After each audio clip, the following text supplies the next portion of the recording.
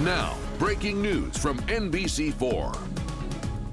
Back to that breaking news that we are following in the Short North after a shooting with several victims. We are going live to the scene right now with an update from Columbus Police. Shots were fired a short distance away from the original location. Multiple officers returned fire. Multiple shooting victims between those two scenes have been located. Detectives with our homicide unit and agents with BCI are still investigating to determine what incidents each victim was tied to. Out of all the victims, we have been told one is in critical and the others are in stable. All these victims are adults.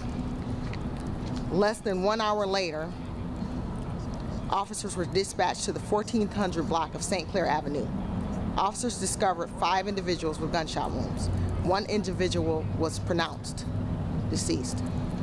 The suspect in that shooting was transported in critical condition. Our preliminary information is that it was a sustained self-inflicted gunshot wound. 2 other victims are in stable condition and 1 is in critical condition.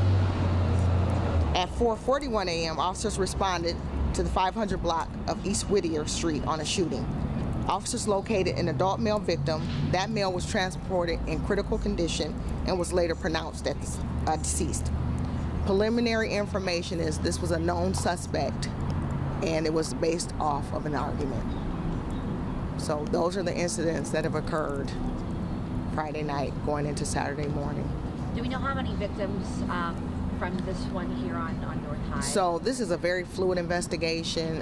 It's very preliminary. We're still trying to get all of our information, gather everything. So obviously we will be updating you at a later time to give you more detailed information. But preliminarily, we just know that there are multiple victims. And as you know, with any officer-involved shooting, BCI is in charge of that investigation. The 3 different scenes, are they connected in any way? At this time, we don't think that they're connected. Again, this is a preliminary investigation. We wanted to get out and be able to give you some information, but we are still very actively working all of these scenes. You're giving us updates now on 3 different scenes. Were there more shootings overnight in Columbus? We've heard a lot of scanner traffic overnight.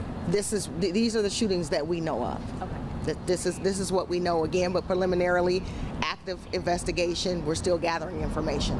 How are the police officers involved in these situations? I'm sorry, I didn't. How are the police officers that were involved in this? So we don't have any officers that were physically injured in this investigation. And I say physically because obviously it takes a toll on our officers when things like this occur. Do you know how many of the officers were returning fire and how many of them were involved in this shooting? Again, still preliminary, very active scene. We're trying to make sure that we get all of our information, and we will be updating you at a later time to give you more detailed information. Were there people who were in businesses in the area that had to remain in place until, later they could be allowed to leave? At this time, I don't have that information. I know that it was later, around 2:30, when all of these incidents occurred, but preliminarily, still investigating, still interviewing, still trying to gather as much as we can, and we'll be able to tell you more at a later date. Could you possibly go through just like the specific kind of numbers again, just to make sure that we have them all straight, because it seemed like there was a lot? Well, again, for the incident that occurred here, I don't have the numbers for you. We're still investigating. BCI is actually in charge of that investigation. Obviously, we're helping and assisting with that as best as we can. For the incident that occurred on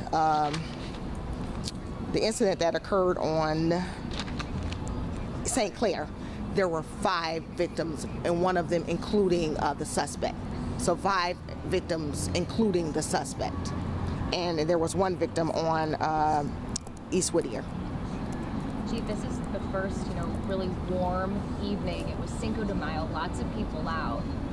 What's your message to people who live around here who are now probably scared to come to this area? This is a really scary and sad situation. Yes, it's tragic that these incidents occurred, and one of the things that we're really concerned about is how many guns are so easily accessible and how many people are walking around with guns. As you know, the gun laws changed back in June of last year. we were concerned. We're obviously, as police, we want to be able to make sure that we make people as safe as possible. But when you have a situation where anyone can have a gun with no checks and balances, they don't have to have any type of training, they don't have to have any CCWs, they don't have to have anything to be able to get guns. What we're seeing is the guns are readily available. And what I will tell you is officers were here. We had officers around, they were working, they were present, which is why they were able to respond so quickly, because they were here. So we need to figure out, how do we get control of this gun situation? How do we get the guns out of their hands? Why is everybody walking around with a weapon?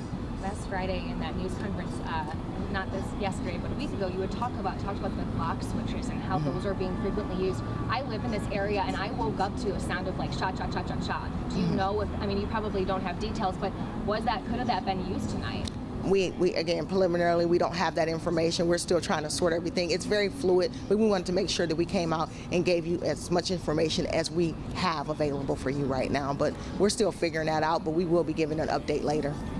And then right here at this scene, so you guys don't have a specific number, but you said one person is in critical right now for the one on North High Street. Is that correct? Yes. Yes. How long will this be closed? Will businesses be able to open back up today? Do you have any estimate of when things can kind of somewhat get back to a little bit of normal? So what we do know is, with BCI being in charge of this investigation, and of course us helping, we want to be as thorough as we can in making sure that we get all of the evidence, and we want to make sure we get interview as many people as possible. So I can't give you a specific time on when things are going to open up, but they're going to try to be as expeditious as they can with being as thorough as they can to make sure that we're able to close these cases. Were any businesses involved? Maybe any shots happening or anything inside any businesses, right outside, or? I don't have that information at this time. Cool. Thank you. Thank you. Thank I you. do have one more question. Where on High Street did the situation take place? So, if somebody wanted to answer that, where you could kind of give an estimate. So obviously we had a couple different, continuation of we had several different areas that violence occurred at last night. So the scene right now is between Goodale and High and 2nd and High. We had specifically the area of 1st and High saw significant activity. So I think BCI's in that area conducting their crime scene investigation. And like I said, there's other areas as well, all the way down to Goodale. All right. Thank you. Thank you. Thank you.